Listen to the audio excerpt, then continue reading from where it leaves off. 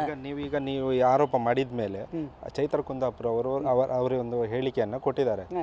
ತಂದೆಯವರು ಕುಡಿದು ಈ ರೀತಿಯ ಹೇಳಿಕೆಯನ್ನು ಕೊಟ್ಟಿದ್ದಾರೆ, ಆ ರೀತಿಯ ಒಂದು ಹೇಳಿಕೆಯನ್ನು ಕೊಟ್ಟಿರುವಂಥ. ನಾನು ಕುಡಿಯೋದು ಅಭ್ಯಾಸ ಇದ್ದಿದ್ದಿದ್ರೆ ಕುಡಿದು ಅಭ್ಯಾಸ ನಾನು ಎಲ್ಲರೂ ಮಾಡ್ತೀವಿ, ನನ್ನ ಮನೆಯ ವಠಾರದವರು ಅಥವಾ ನಾವು ಊರಿನವರು ಯಾರಾದ್ರು ಒಂದು ಮುಂದೆ ಬಂದು ಹೇಳಲಿ, ಅಂದರೆ ಸಾಬೀತು ಮಾಡಲಿ. ನನ್ನ ಊರಿನ ಜನರಿದ್ದಾರೆ, ನಾನು ವಠಾರ ಜನದವರು ಒಬ್ಬರಾದ್ರು ಬಂದು ಅವ್ರು ಕುಡಿತಾರೋ ಒಂದು ಸಾಕ್ಷಿ ಹೇಳಿ, ಮತ್ತು ಅದು ಸರಿಯಾದ ಸರ್ಕಾರಿ ನೌಕರಿ ಡಾಕ್ಟ್ರಿಂದ ಪರೀಕ್ಷೆ ಮಾಡಿ, ನನ್ನ ರಕ್ತ ಪರೀಕ್ಷೆ ಇರುತ್ತಲ್ಲ ಅದನ್ನು ದೃಢಪಡಿಸಿ ಡಾಕ್ಟ್ರ್ ಸರ್ಟಿಫಿಕೇಟ್ನ ಹಾಜರುಪಡಿಸ್ಲಿ. ಡಾಕ್ಟ್ರ್ ಇದ್ದಾರಲ್ಲ ಅದನ್ನೆಲ್ಲ ಸರಿಯಾಗಿ ಟೆಸ್ಟ್ ಮಾಡಿ, ರಕ್ತ ಟೆಸ್ಟ್ ಮಾಡಬೇಕಲ್ಲ, ರಕ್ತ ಟೆಸ್ಟ್ ಮಾಡಿ ಅದು ಸರ್ಟಿಫಿಕೇಟ್ ಪಡೆದು ಸಾಬೀತುಪಡಿಸ್ಲಿ. ಅಲ್ಲ, ಈಗ ನಿಮ್ಮ ಆರೋಪಕ್ಕೆ ಅವರು ಕಾನೂನು ಮುಖಾಂತರ ಅದಕ್ಕೆ ಉತ್ತರ ಕೊಡಲಿಕ್ಕೆ ರೆಡಿ ಇದ್ದಾರೆ. ಇನ್ನೂ ಕೂಡ ನಿಮ್ಮ ಜೊತೆ ಮಾತಾಡಲಿಕ್ಕೆ ಬರ್ತಾ ಇಲ್ಲ, ಯಾಕೆ ಅಂತ ಈ ರೀತಿ? ಅಲ್ಲ, ಅವಳಿಗೆ ನನ್ನ ಮೇಲೆ ಅವನಿಗೆ ಇದೇ ಹೋಗಿದೆ, ಕ್ರೇಜಿ ಹೋಗಿದೆ, ತಂದೆ ಅನ್ನೋದು ಕ್ರೇಜಿ ಹೋಗಿದೆ. ಅವರು ಸಾಬೀತುಪಡಿಸ್ಲಿ.